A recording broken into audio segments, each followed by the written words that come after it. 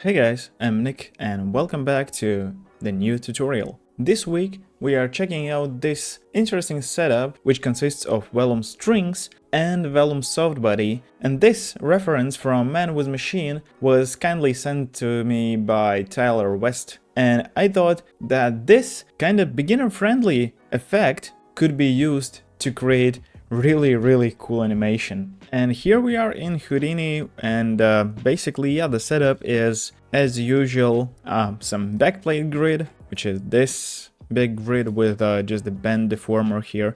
I'll turn it off for now. And I have my material network and I have my array slide dome.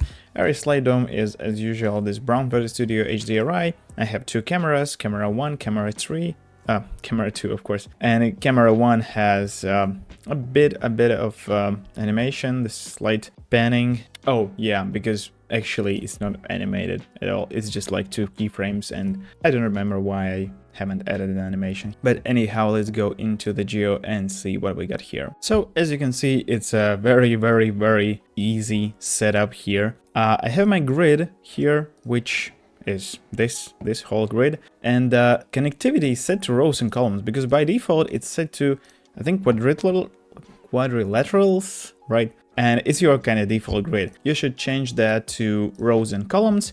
Size 10 by 10, rows and columns are set to 10, so it's basically all very default. And then we go and select this group. So with this one, group type should be set to points, and bounding box should be set in a way that it targets all the points, but not the border one here. So you can see that these points are selected, these points are in the group, but the very edge is not in that group. And you can see that we have just a very low amount of points. Basically, points are only at the intersections. That's why we need to resample and add a bit more points, as you can see here. Don't go too crazy with these points, because then it will be harder for the Vellum solver to actually solve all the constraints, and your grid, your net kinda may become too stretchy.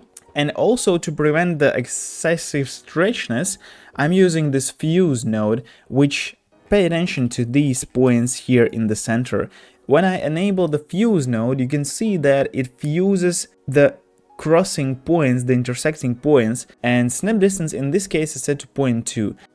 You can see that we have slightly different view of our net, but we will fix that with the Vellum constraints. So I dropped this Vellum constraints, constraint type obviously set to strings, thickness set to 0.02, and here this pin to animation is very crucial. So here we are pinning each point that is not, and this shift 1 exclamation mark, I assume it was called like that in English, but yeah, exclamation mark is basically equal to saying not to something. So every point that is not in the group 1, and every point that is not in the group 1 is basically all the points, all of these points at the border, these at the edge here, also all these points and all of these points here. So these will be pinned. To remove this sort of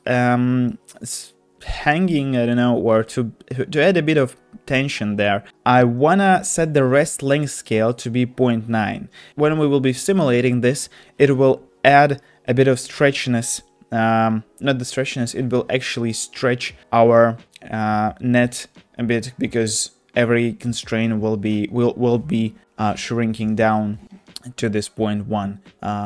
And damping ratio set to 0.5 is actually something very interesting, and I suggest you playing with these different damping ratio values, because what actually damping ratio is, it's for reducing the jittering or vibration by bleeding energy when evaluating the constraint. Too much damping can prevent the constraint from being satisfied, however, values less than 1 must be used. So basically, what I want to do is to allow my net to stretch a bit when there is too much kind of stress applied to the stretch constraint.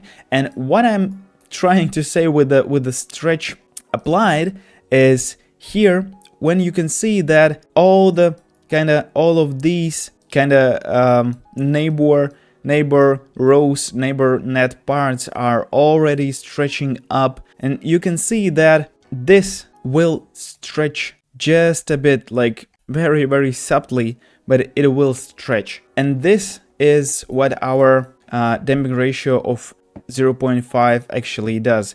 So my sphere, yeah, very default sphere, wanted to go pretty high on frequency, because I want all the nice looking kind of, you know, these creases or folds. So yeah, then applied auto UV, vellum cloth constraint, with I think everything's default, but yeah, bend stiffness I decreased it to be 0.00001 and damping ratio set to 0.1, and then I added this pressure, vellum constraint pressure, which will create a pressure inside of our sphere, and our sphere will try to remain its default state when it will go through that net. So it won't crumple as much, but yeah, basically just imagine a pressure, I mean air balloon or something. Here again, constraint type set to pressure, stiffness set to 3, multiplied by 100, and yeah, then I drop these nulls: out grid geo, out grid constraints, out Softbody constraints, and out SB geo. And then we go and drop this .NET, and let's see what's inside. Here everything is pretty default, so vellum solver, again, surprisingly, substeps 1, constraint durations 100, so all default and all is very, very fast to simulate. Vellum objects and 2 vellum sources. One is our Softbody with subpass out geo, 1 out SB geo, and the second one out SB constraints, SB con, grid geo, grid con. For the grid vellum source, I added pop drag to just reduce the jitteriness a bit, and for the Softbody, here's my pop wind, which is set to 1.5 at the y-axis, so we are pushing this ball up with the wind. And beauty of using 2 vellum sources is that this pop wind does not influence the grid in any way, so that's really cool thing.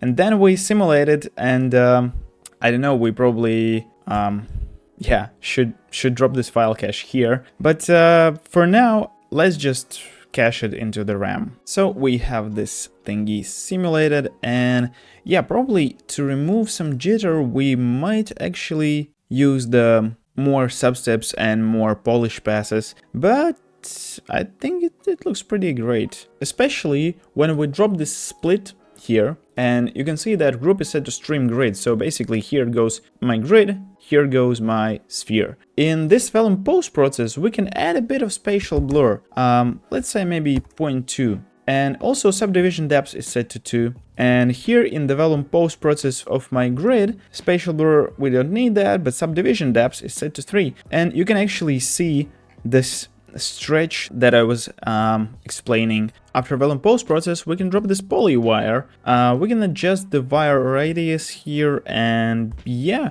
the UVs will be there by default. Segments and divisions are set to 4 and 1 as they are in default.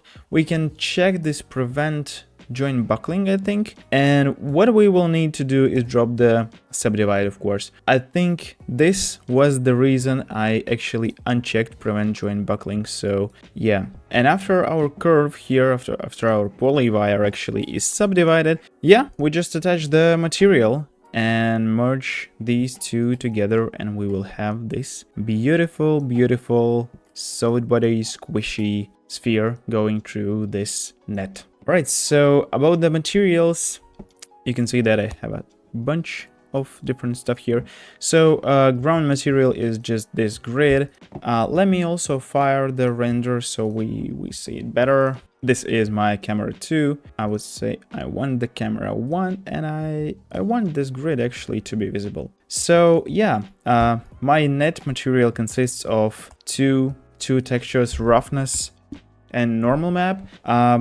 These are free from the internet and they are included in the project files. Bump map should be set to tangent space normal. Height scale, in my case, it's 1. Color space for all your roughness, normalness, metalness maps should always be raw. And for my sphere, For my squishy ball here, I'm using just one noise, Luca noise in my roughness channel, and preset is set to plastic here. So yeah guys, I think that's it for this tutorial, how to create this beginner friendly effect that actually looks pretty cool. Hope you guys liked it, and I'll be back next week. Bye!